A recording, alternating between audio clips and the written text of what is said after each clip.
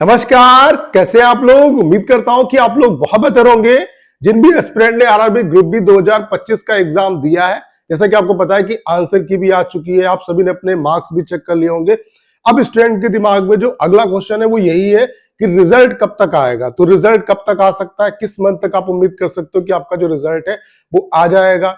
अभी जो recently RRB ने जो एग्जाम कराए उनके रिजल्ट कितने टाइम ड्यूरेशन के बाद दिए, आपका रिजल्ट कब तक आ सकता है, इस पॉइंट पे बात करेंगे। उसके अलावा रिजल्ट के बाद आपका जो फिजिकल का एग्जाम है उसके लिए आपको कितना क्या टाइम मिलेगा, और लास्ट ईयर की जो वैकेंसी है, चाहे 2018 की वैकेंसी हो, 2019 की वैकेंसी हो, जो कि 2022 में जिसका एग्जाम हुआ था, तो वहां पे आपका रिजल्ट आने के बाद फिजिकल के लिए कितना आपको टाइम मिला, इस बार कितना क्या टाइम आपको मिल सकता है, कौन सी गलती आपको नहीं करनी है, उस पर बात करेंगे। उसके अलावा एक्सपेक्टेड कट ऑफ आपकी क्या कुछ रह सकती है, रिवाइज कितने आपके मार्क्स बनने, ताकि आपको अभी से फिजिकल की जो प्रिपरेशन है उसमें लग जाना चाहिए, इस पॉइंट पे बात करेंगे। बाकी ग्रुप डी 2026 वाले जो एस्पिरेंट हैं उनके लिए भी बहुत बड़ी अपडेट है।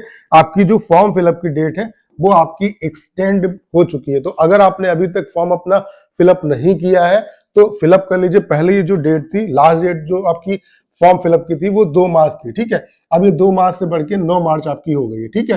तो अभी तक अगर आपने यहाँ पे फॉर्म फिलअप नहीं किया है तो फिलअप कर लीजिए, आपको एक और अपॉर्चुनिटी मिली। और यहाँ पे 22,000 से ज्यादा वैकेंसी है, ठीक है। अगर लास्ट ईयर की जो वैकेंसी उसमें आप अच्छा स्कोर नहीं कर पाए तो एक और अपॉर्चुनिटी आपके सामने। उसके अलावा स्कोर कम आने का पीछे का जो सबसे बड़ा रीजन है वो ये है कि आपने अच्छे तरीके से प्रैक्टिस नहीं की। रिलेवेंट प्रैक्टिस करने की जरूरत है, और रिलेवेंट प्रैक्टिस के लिए आपको ज्यादा मॉक लगाने होते हैं, और मॉक के लिए जो सबसे बेस्ट प्लेटफॉर्म है वो है टेक्स्ट बुक। और अगर आपने अभी तक टेक्स्ट बुक का पास परचेज नहीं किया है तो ये राइट टाइम है पास परचेज करने का। अभी टेक्स्ट बुक पे रंग भर से सेल चल रही है, जो कि 3 और 4 मार्च यानी कि आज और कल ये सेल चलने वाली, जिसमें आपको पास प्रो जो है वो मिनिमम प्राइस में मिल रहा है। पास प्रो अभी आपको केवल 349 रुपीज का मिलेगा। उसमें भी अगर आप मेरा कूपन कोड PRAV12 यूज करते हैं तो आपको 12% का इंस्टेंट डिस्काउंट भी मिलेगा। उसके अलावा जो लिंक डिस्क्रिप्शन और कमेंट बॉक्स में पिन किया है उसके थ्रू अगर आप परचेज करते हैं तो जो एक्स्ट्रा चार्जेस हैं वो भी आपके डिडक्ट नहीं होंगे। तो देर किस बात की, आज ही अपना पास परचेज कर लीजिए। उसके अलावा लिमिटेड टाइम के लिए ऑफर आपको मिल रहा है। उसके अलावा टेक्स्ट बुक ही क्यों चूज करना है, क्योंकि यहाँ पे रिलेवेंट आपको मॉक मिलते हैं। उसके अलावा एक ही मॉक से आप ऑल ओवर जितने भी एग्जाम है उन सभी की प्रिपरेशन कर सकते हैं। तो परचेज करने का जो लिंक है वो डिस्क्रिप्शन और कमेंट बॉक्स में पिन किया। ये कूपन कोड आपको लगाना नहीं भूलना, इससे आपको मैक्सिमम यहाँ पे डिस्काउंट मिल जाएगा, ठीक है।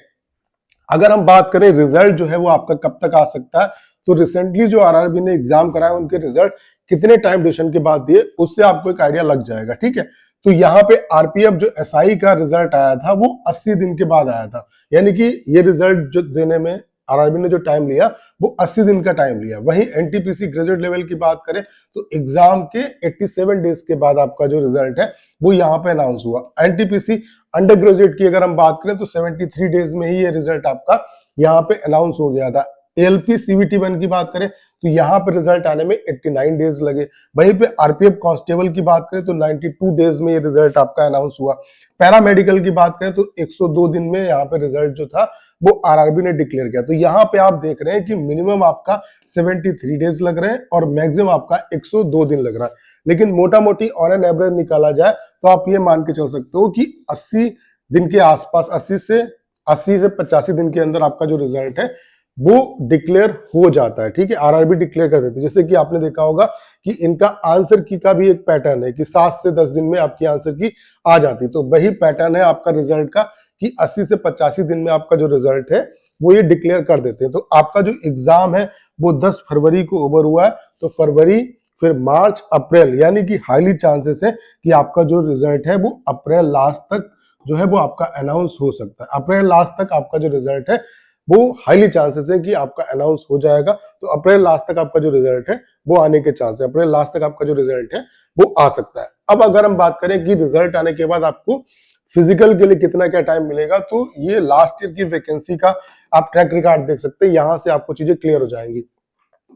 ग्रुप डी 2018 की जो वैकेंसी आई थी उसका रिजल्ट 4 मार्च 2019 को डिक्लेयर हुआ था, और फिजिकल इसका 25 मार्च से ही स्टार्ट हो गया था, यानी कि 20 दिन के बाद ही आप देख रहे हैं कि फिजिकल यहाँ पे स्टार्ट हो गया था। वहीं ग्रुप डी 2019 की जो वैकेंसी थी इसका एग्जाम 2022 में हुआ, 22 दिसंबर 2022 को इसका रिजल्ट आया था, और इसका जो फिजिकल था वो 12 जनवरी से स्टार्ट हो गया था। तो यहाँ पर भी आप देख रहे हैं 20 दिन ही यहाँ पे भी फिजिकल के लिए आपको मिले थे रिजल्ट आने के बाद। तो यहाँ से ये चीज क्लियर हो जाती है कि रिजल्ट आने के बाद आपको फिजिकल के लिए बहुत ज्यादा टाइम नहीं मिलेगा, 20 दिन में आपका फिजिकल जो है वो स्टार्ट हो जाता है। ये जोन वाइज अलग अलग वेरी भी करता है आपका।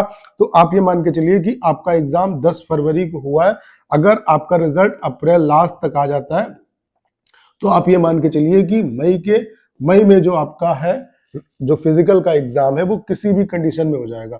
अप्रैल लास्ट में अगर रिजल्ट आता है तब भी मई में आपका फिजिकल हो जाएगा, अगर मई के फर्स्ट वीक में भी आपका रिजल्ट आता है तब भी आपका जो फिजिकल है वो मई लास्ट तक किसी भी कंडीशन में हो जाएगा। यानी कि जो आपका फिजिकल का एग्जाम है वो मई में हो जाएगा किसी भी कंडीशन में। रिजल्ट आने के बाद आपको फिजिकल के लिए 20 दिन से ऊपर टाइम नहीं मिलेगा, जैसा कि यहाँ से चीजें क्लियर है। तो अभी से अगर आपके ठीक ठाक मार्क्स बनने हैं तो अभी से अपनी प्रिपरेशन जो है वो करना स्टार्ट कर दो, फिजिकल की प्रिपरेशन भी करो और साथ ही साथ जो और भी आपके एग्जाम है उनकी भी प्रिपरेशन करते रहो। अब कितने क्या मार्क्स बनने ताकि आपको अपनी फिजिकल की प्रिपरेशन में लग जाना चाहिए, तो ये आप देख रहे हैं ये 6 लाख से ज्यादा एस्पिरेंट का डाटा है। यहाँ पे 95 या उससे ऊपर स्कोर गेन करने वाले 6 एस्पिरेंट है, जिसमें कैटेगरी वाइज आप देख सकते हो। उसके अलावा अगर हम 90 या उससे ऊपर स्कोर गेन करने वाले एस्पिरेंट की बात करें तो 49 एस्पिरेंट है। उसके अलावा 85 या उससे ऊपर स्कोर गेन करने वाले 561 एस्पिरेंट है। 80 या उससे ऊपर स्कोर गेन करने वाले 4943 एस्पिरेंट है। 75 या उससे ऊपर स्कोर गेन करने वाले 21,107 एस्पिरेंट है। 70 या उससे ऊपर स्कोर गेन करने वाले 55,042 एस्पिरेंट है। 65 या उससे ऊपर स्कोर गेन करने वाले 1 लाख से ज्यादा एस्पिरेंट। तो आप देख रहे हैं कि इस बार स्टूडेंट ने अच्छा खासा जो स्कोर है वो गेन किया है, तो कट ऑफ ठीक ठाक आपकी रहेगी। तो कितनी क्या कट ऑफ आपकी रह सकती है?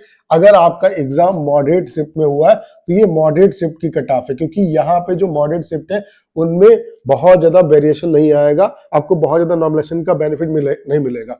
वहीं अगर हम हार्ड शिफ्ट की बात करें तो आप हार्ड शिफ्ट में 5 नंबर यहाँ पे कम कर लो, और अगर आप इजी शिफ्ट में हो तो 5 नंबर आप अपने और बढ़ा लो। तो मॉडरेट शिफ्ट के हिसाब से ये कट ऑफ है।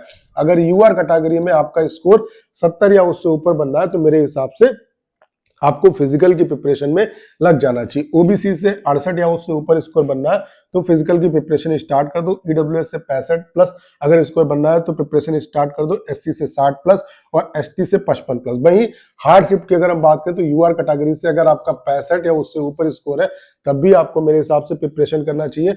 वहीं इजी शिफ्ट की बात करें तो 75 प्लस अगर स्कोर है तो आप फिजिकल की प्रिपरेशन स्टार्ट कर दो। तो ये आपकी कुछ कट ऑफ रह सकती है। तो उम्मीद करता हूं कि आपके जितने भी डाउट है वो क्लियर हो पाए होंगे। बाकी अगर यहाँ पे बहुत अच्छा स्कोर नहीं गेन कर पाए तो बहुत ज्यादा परेशान होने की जरूरत नहीं है। अभी कई अपॉर्चुनिटी आपके सामने, अच्छे तरीके से प्रिपरेशन करो और अपनी 2 चीजों पे फोकस करना है। एक तो आपको बेसिक अपना स्ट्रांग करना है और उसके अलावा जो पढ़ा है उसको रिवीजन करना है और ज्यादा प्रैक्टिस करना है। प्रैक्टिस के लिए सबसे जो बेस्ट प्लेटफॉर्म है वो है टेक्स्ट बुक, और अभी आपके लिए टेक्स्ट बुक पे सेल चल रही है जिसमें आपको पास प्रो केवल 349 रुपीज का मिल रहा है। उसमें भी अगर आप मेरा कूपन कोड PRV12 यूज करेंगे तो आपको 12% का इंस्टेंट डिस्काउंट भी मिलेगा। बाकी जो लिंक डिस्क्रिप्शन और कमेंट बॉक्स में पिन किया उसके थ्रू अगर आप परचेज करते हैं तो जो एक्स्ट्रा चार्जेस है वो भी आपके डिडक्ट नहीं होंगे। तो लिंक जो मैंने डिस्क्रिप्शन और कमेंट बॉक्स में दिया है उसी के थ्रू आपको परचेज करना है। तो उम्मीद करता हूं सारी जानकारी आप बहुत अच्छे तरीके से समझ पाए होंगे।